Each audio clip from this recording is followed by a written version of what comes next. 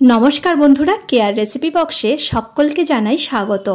आज आमी शेयर करब पलता पातार बड़ा।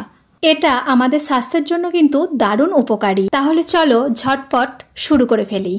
এই যে এখানে নিয়েছি এক আটির মতো পলতা পাতা। এটা আমি বাজার থেকে কিনে এনেছি। এটা পটল গাছের একদমই ডগার পাতাগুলো, খুবই নরম আর এটা কিন্তু দারুণ এক স্বাস্থ্যকর। অবশ্যই যখন মুখ খারাপ হয়ে যাবে বা জ্বর হলে মুখে কিছু খেতে ইচ্ছা না করলে এইভাবে পলতা পাতার বড়া করে খেলে মুখে কিন্তু রুচি আসে।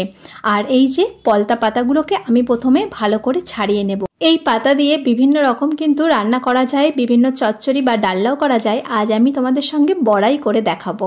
আর চলো এই পাতাগুলোকে ছাড়িয়ে ফেলি। আমি যেভাবে করি আমার মতো করে শেয়ার করছি, তোমরা যেভাবে বাড়িতে করো তো প্লিজ সেটা কমেন্টে জানিও। আর এই দেখো আমি কিন্তু পাতাগুলোকে ছাড়িয়ে নিয়েছি। এরপর যে ডাঁটাগুলো ছিল সেটাকেও এইভাবে আমি ছোট করে কেটে নিচ্ছি। যেহেতু একদমই নরম তাই ডাঁটাগুলো ফেলবো না, এইরকম ছোট ছোট করে আমি কুচি করে কেটে নিয়েছি।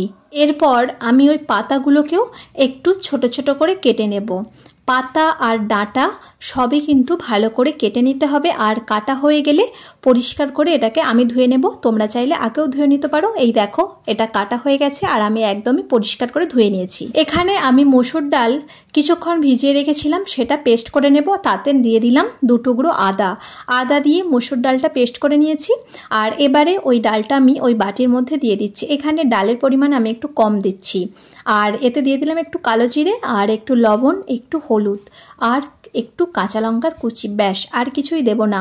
খুব কম মশলাতেই কিন্তু এই বড়াটা হয়ে যাবে। আর আমি এখানে ডালটা একটু কম দিয়েছি, তোমরা যদি চাও বেশি করে ডাল দিয়ে দিতে পারো। এই যে এইভাবে আমি এটা তৈরি করে নিয়েছি। এরপর আমি একটা কড়াইয়ের মধ্যে নিয়েছি সাদা তেল আর সেখানে আমি এই বড়াগুলো দিয়ে দিচ্ছি। আমি ডুবো তেলে ভাজছি। এখানে তোমরা চাইলে সর্ষের তেলে হালকা অল্প তেলেও ভেজে নিতে পারো। এইভাবে উল্টে পাল্টে ভাজছি। আর এখানে আমি পাতার পরিমাণটা একটু বেশি রেখেছি। আর এতে কি হয়, একটু তেতোটা বেশি লাগে, তবে ডাল একটু বেশি করে দিলে বাচ্চারা সেটা ভালো খাবে। আমি যেহেতু বাড়ির বড়দের জন্য করছি তাই একটু ডালটা কম দিয়েই করেছি। এইভাবে উল্টে পাল্টে আমি বড়াটা কিন্তু একদমই মুচমুচে করে ভেজে নিয়েছি। পলতা পাতার বড়া একদমই কিন্তু রেডি হয়ে গেল।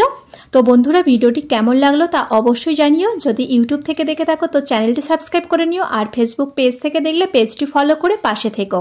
আজ এই পর্যন্ত, আবার ফিরে আসবো অন্য কোনো এক রেসিপি নিয়ে। সকলে ভালো থাকবেন, সুস্থ থাকবেন। ভিডিওটি দেখার জন্য জানাই অসংখ্য ধন্যবাদ।